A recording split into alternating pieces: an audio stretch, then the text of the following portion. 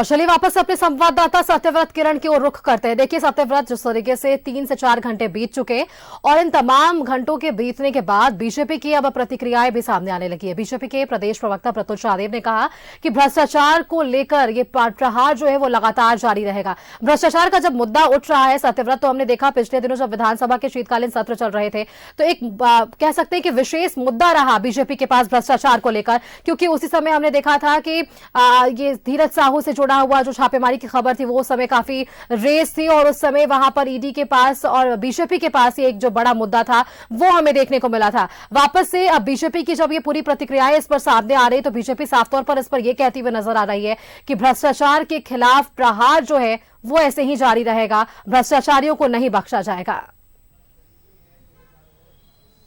नहीं, देखिए बिल्कुल सही कहा सुष्मिता आपने, और मैंने आपको पहले भी बताया कि ईडी की जो यह दबिश है, यह जो कार्रवाई चल रही है उसके अलग अलग सियासी मायने हैं। यानी कि हर राजनीतिक दल के जो लोग हैं वो अपने तरीके से इस पूरे छापेमारी को, इस पूरे जो जांच जो की जा रही है सेंट्रल एजेंसियों के द्वारा, उसे देख रहे हैं। फिलहाल आपको भी पता है कि बीते कुछ वर्षों में अपना राज्य जो है वो लगातार भ्रष्टाचार के मामले में लेकर सुर्खियों पर रहा। इससे पहले कांग्रेस के राज्यसभा सांसद धीरज साहू के ठिकानों से अवैध तरीके से जो है वो कैश मिले थे, वो कहीं ना कहीं पूरे देश भर में सुर्खियां बटोर रही थी। उसके बाद लगातार चाहे वो आईएएस अधिकारी पूजा सिंघल हो या फिर आईएएस अधिकारी, निलंबित आईएएस अधिकारी छवि रंजन की गिरफ्तारी हो, तो लगातार यह बता रहा था कि झारखंड राज्य में किस तरह से जो है वो भ्रष्टाचार जो है वो काफी चरम सीमा पे है। और वही कारण रहा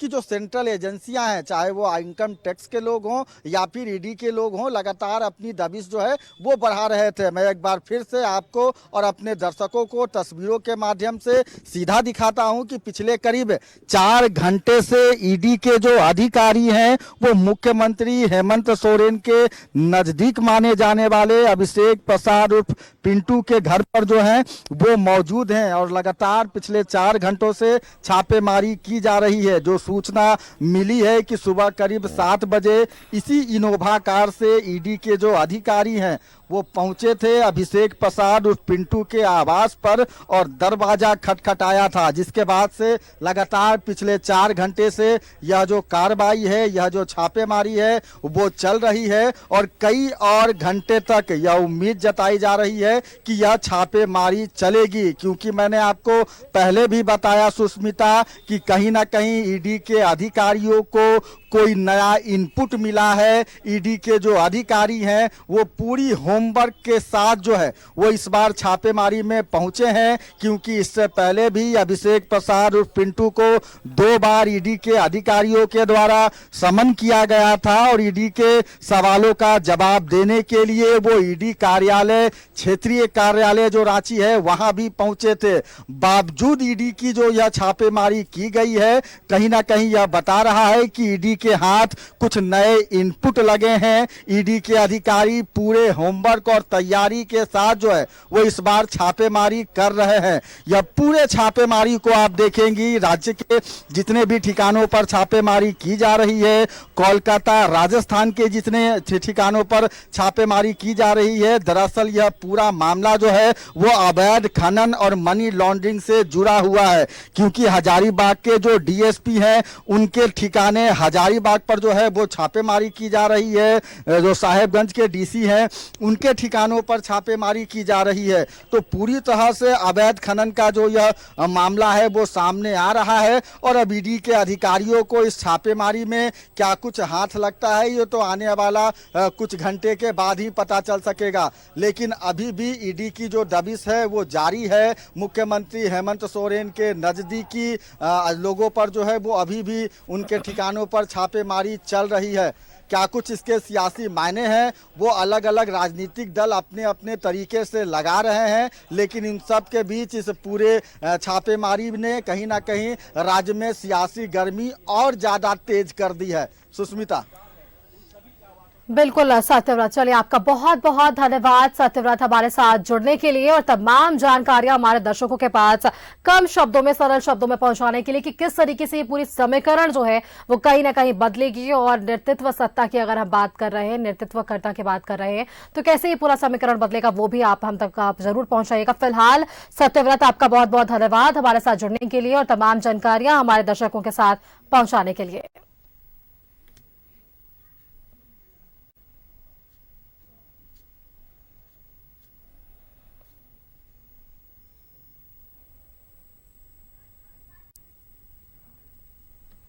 देखिए, ईडी की तपिश जो है वो लगातार सुबह से बनी हुई है। ग्रीड आर्किटेक्ट के मालिक के ठिकानों पर छापेमारी जारी है। साथ ही साथ मुख्यमंत्री हेमंत सोरेन के प्रेस सलाहकार अभिषेक प्रसाद उर्फ पिंटू के आवास पर भी ये छापेमारी जारी है, जहां से हमारे साथ संवाददाता सत्यव्रत लगातार आप तक वो जानकारियां पहुंचा रहे थे। के बाद इन सारी चीजों को लेकर के खंगाला जाएगा। तो ऐसे में ईडी के अधिकारी सुबह से ही विनोद कुमार के आवास पर बने हुए हैं और विनोद कुमार के आवास पर ईडी के अधिकारियों के द्वारा जो है वो अपनी जांच की गति को तेज की गई है। और ऐसे में अभी जिस तरह से लोग पहुंचे हैं, ईडी के अन्य भी लोग पहुंचे हैं, उनके पास एक सेट जो है वो फोटोकॉपी करने के लिए जो प्रिंटर जो मंगाए गए हैं उनके साथ पेपर्स कुछ मंगवाए गए हैं, ताकि इस बात को लेकर के कहा जा रहा है कि कई चीजें जो है वो विनोद कुमार के आवास से बरामद किए गए हैं, जिनका प्रिंट लेना है अधिकारियों को। प्रिंट के माध्यम से उन तमाम चीजों को बारीकी से जांच करनी है और इस जांच के क्रम में कई चीजें जो है वो खुल करके सामने आएगी। और ऐसे में जब ईडी के अधिकारी यहाँ पहुंचे हैं तो ऐसे में देखना होगा कि क्या कुछ बरामद होता है इन तमाम जगहों से, क्योंकि प्रिंटर मशीन मंगवाया गया है। प्रिंटर मशीन के जरिए कई चीजों को प्रिंट देनी है, कई चीजों की फोटोकॉपी करनी है, कई डॉक्यूमेंट्स। मैं शुरू से इस बात का जिक्र कर रहा था कि ईडी के अधिकारियों को कई ऐसे दस्तावेज, ऐसे चीजें बरामद हुई है, डिजिटल डॉक्यूमेंट्स मिले हैं, सॉफ्ट कॉपी मिले हैं, उन तमाम चीजों को जब्त करनी है ईडी को। ऐसे में जब्ती सूची बनाने से पहले जो है ईडी के अधिकारी जो है वो प्रयास करेंगे कि सारी चीजों की फोटोकॉपी प्रिंट कराई जा सके, ताकि हार्ड कॉपी के माध्यम से उन तमाम जो चीजें हैं उनको पूछताछ किया जाएगा। तो ऐसे में पूछताछ के लिए जो है वो कई घर के अलग अलग लोगों से भी जानकारी ली जा रही है, जानकारी जुटाई जा रही है कि आखिर जो चीजें घर से बरामद हो रही है, जो दस्तावेज घर से बरामद हो रहे हैं, उन दस्तावेजों का आधार क्या है, उनके कनेक्शन जो है वो किन किन लोगों से जुड़ते हैं। तो ऐसे में विनोद कुमार के आवास में जब अहले सुबह जो ईडी का अधिकारी पहुंचे तो समझा जा सकता था कि यहां से कई चीजें बरामद किए जा सकते हैं। बताया जाता है कि विनोद कुमार राज्य के सीएम हेमंत सोरेन के बेहद करीबी हैं। हेमंत सोरेन के ही प्रेस सलाहकार अभिषेक प्रसाद पिंटू के भी बेहद करीबी माने जाते हैं। तो ऐसे में यहां इस बात को लेकर के भी चर्चाएं थी।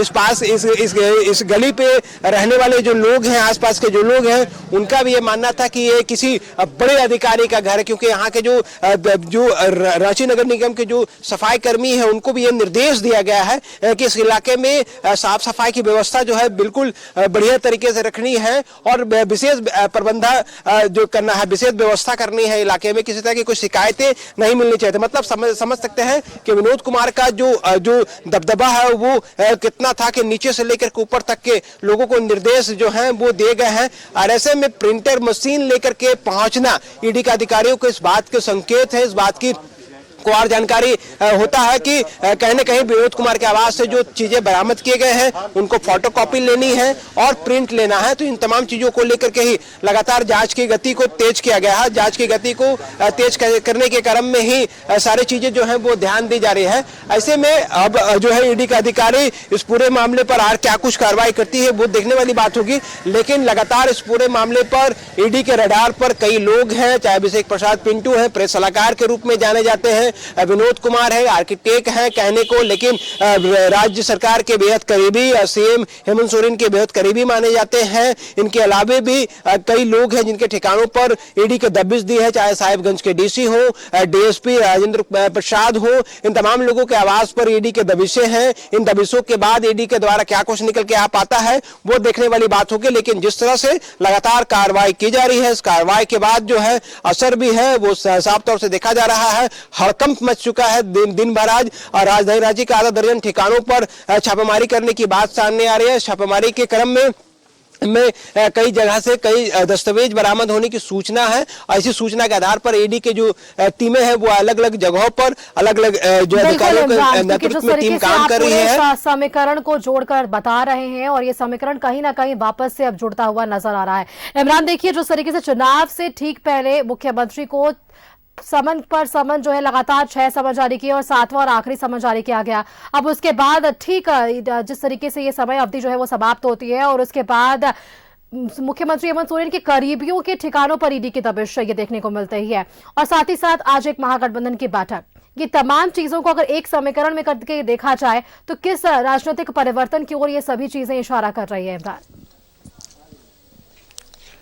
देखिए, ईडी के से शुरुआत करते हैं। ईडी ने राज्य के सीएम हेमंत सोरेन को जब 7वां सम्मन भेजा था तो उसमें साफ शब्दों का जिक्र किया गया था कि ये आपका आखिरी सम्मन के रूप में है। आपके द्वारा दिए गए स्थान, समय और तारीख के साथ साथ वो जगह, जिस जगह पर ईडी के अधिकारी आपसे पूछताछ कर सकते हैं, दोनों के लिए वो जगह जो है वो सुरक्षित होनी चाहिए, सुटेबल होनी चाहिए। इन सारी चीजों का जिक्र किया गया था। लेकिन इसके बाद कल जो सीएम सचिवालय की तरफ से जो कर्मी पहुंचे थे ईडी दफ्तर, उसने जो बंद लिफाफा भेजा था उसमें जो बात सामने आई कि ईडी के अधिकारियों को सीएम की तरफ से जवाब दिए गए थे कि वो पूछताछ के में सहयोग करने के लिए तैयार है। बस सत्य कि जो ईडी के अधिकारी हैं वो सम्मान के साथ पूछताछ करें और अभी भी किस वजह से बुला रहे हैं वो बुलाने की वजह जो है वो स्पष्ट किया जा सके। मतलब टकराहट यहाँ खत्म नहीं हुई थी। टकराहट ईडी और राज्य के सीएम के द्वारा लगातार सीएम को जिस तरह से लगातार सम्मन भेजे जा रहे थे उन तमाम जगहों पर देखने को मिल रहे थे। मतलब साफ था कि सीएम ईडी दफ्तर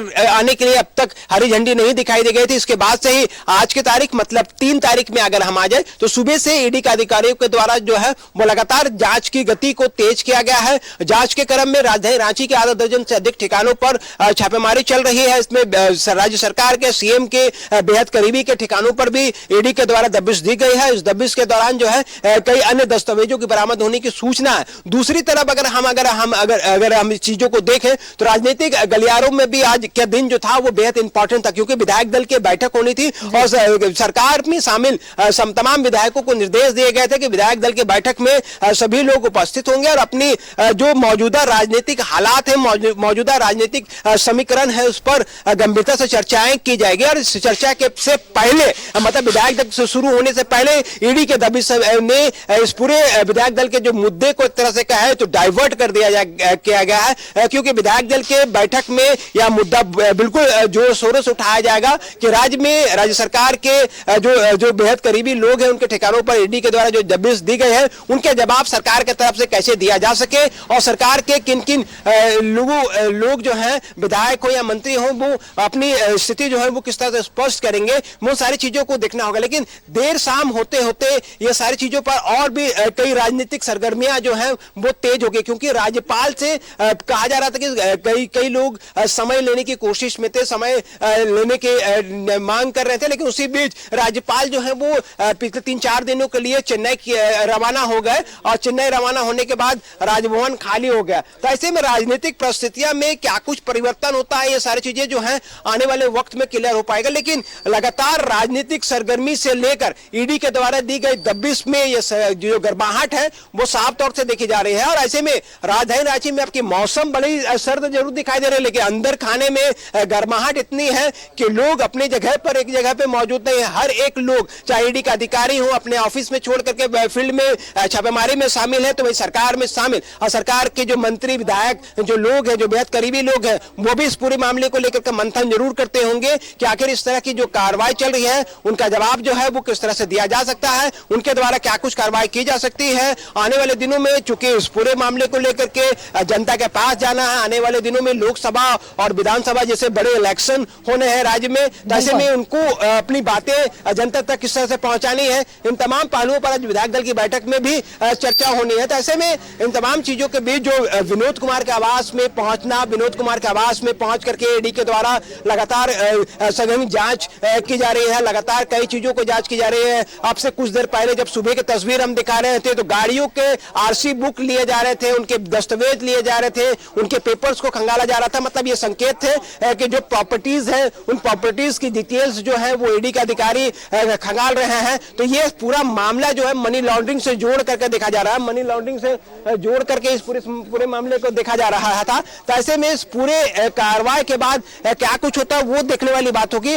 और लेकिन जिस तरह की ये कार्रवाई लगातार देखने को मिल रही है उससे साफ तौर से समझा जा सकता है कि आने वाले दिनों में जो गर्माहट है, जो गर्मी है राजनीतिक के ईडी की कार्रवाई की, वो साफ तौर से देखने को मिलेगी और बढ़ेगी। तो ऐसे में इस पूरी कार्रवाई के बाद जब प्रिंटर अंदर पहुंच चुका है, प्रिंटर के माध्यम से जो है कई चीजों को जब्त किए जाएंगे, कई चीजों की फोटोकॉपी ली जाएगी, सीजर लिस्ट बनाए जाएंगे, कुछ चीजों की फोटोकॉपी बना करके परिवार के लोगों को भी सौंपा जाएगा, जो सीज किए जाएंगे, जो जानकारी लिए जाएंगे उसको रिटेन लिया जाएगा, उनकी एक कॉपी जो है वो तमाम चीजें जो है वो दिखाई देंगे। लेकिन अगर इस पूरे इलाके को देखेंगे तो अलग अलग मीडिया हाउस के भी लोग जो हैं वो यहाँ पर आपको मौजूद होंगे। मतलब तमाम जो लोग हैं वो यहाँ पर पहुंचे हैं। दूसरी ओर ईडी के अधिकारी घर के अंदर में मौजूद हैं। ईडी के जो अधिकारियों को सुरक्षा में तैनात सीआरपीएफ के जवान जो हैं वो खुद यहाँ पे मौजूद हैं। तो कहीं ना कहीं तमाम चीजों से समझा जा सकता है कि राज्य में भ्रष्टाचार के खिलाफ जिस तरह की कार्रवाई ईडी ने शुरू की है, जिनकी सुगबुगाहट आज से साल भर पहले ही शुरू हो चुकी थी और साल भर पहले के बाद से कई लोग अब इस पूरे मामले पर कार्रवाई की जा चुकी है और कार्रवाई के बाद कई लोग जो है भ्रष्टाचार में लिप्त होने के आरोप पर जेल में बंद भी हैं। ऐसे में इस पूरी कार्रवाई के बाद क्या कुछ असर होता है ये देखने वाली बात होगी। राजनीतिक से लेकर के ईडी की गतिविधियों तक लगातार बढ़ी हुई है। ऐसे में राज्य में इन तमाम हालात के बीच जो है वो देखना होगा कि किस तरह की तस्वीर निकल के आ पाती है। नए साल जो है हर किसी के लिए नया सवेरे के रूप में आता है, लेकिन जिस तरह की कार्रवाई जो इस तरह की जगहों से की गई है, तो ऐसे में जितने यहाँ पे पहुंचे थे जो लोग हैं, जो वाहन चालक है, वो तमाम जो लोग हैं वो इस वक्त ईडी जो अधिकारी हैं उनके द्वारा जो चीजें दिशा निर्देश दिए जा रहे हैं, कुछ गाड़ियों में खाने पीने के सामान लेकर के पहुंचे हैं, कुछ गाड़ियों में प्रिंटर लेकर के पहुंचे हैं। तो मतलब आज दिन भर और देर रात तक ये छापेमारी जो है किया जा सकता है। छापेमारी को लेकर के जो है अधिकारी जो है वो लगातार रेस है।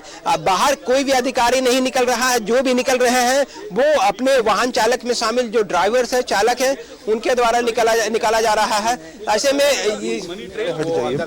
चलेगी पूछताछ और प्रिंटर वगैरह भी मिले, कुछ लेकिन आप देखिए कुछ देर पहले अंदर बीमारी चल रही थी और अंदर प्रिंटर भी। सर कुछ प्रिंटर लेके गए हैं, क्या है वो उसमें? प्लीज मत करिए प्लीज। देखिए ईडी के अधिकारी निकले, लेकिन शायद ईडी के जो अब तक के पूछताछ के क्रम में जो चीजें दिखी हैं कि कोई भी अधिकारी जो है इस पूरे मामले पर जानकारी नहीं देते हैं। कुछ इसी तरह का यह भी पूरा मामला है, क्योंकि ईडी के अधिकारी जब छापेमारी में होते हैं तो बिल्कुल भी जो बात करने की जो सीमाएं हैं वो उन सीमाओं का पालन करते हैं और अधिकारी जो है मीडिया को किसी भी तरह की ब्रीफ नहीं करते हैं। जी बिल्कुल इमरान, चलिए आपका बहुत बहुत धन्यवाद इमरान हमारे साथ जुड़ने के लिए और तमाम जानकारियां, एक्सक्लूसिव तस्वीरें, सटीक जानकारियां हमारे दर्शकों तक पहुंचाने के लिए आपका बहुत बहुत धन्यवाद इमरान। खबर पर नजर बनाए रखिए और पल पल की अपडेट्स हमारे दर्शकों तक पहुंचाइए कि किस तरीके से ये छापेमारी आगे भी जारी रहने वाली है, कितना और वक्त लग सकता है इस छापेमारी को खत्म होने में, या ये जो कह सकते हैं कि क्या बैठक के पहले ये जो छापेमारी वो खत्म होती है या बैठक के साथ इस छापेमारी को भी आगे बढ़ाया जाएगा और ये छापेमारी देर रात तक चलती है और क्या कुछ अहम जानकारियां निकलकर सामने आती है। फिलहाल यहाँ हम रुकते एक छोटे से ब्रेक के लिए, जल्द हाजिर होंगे।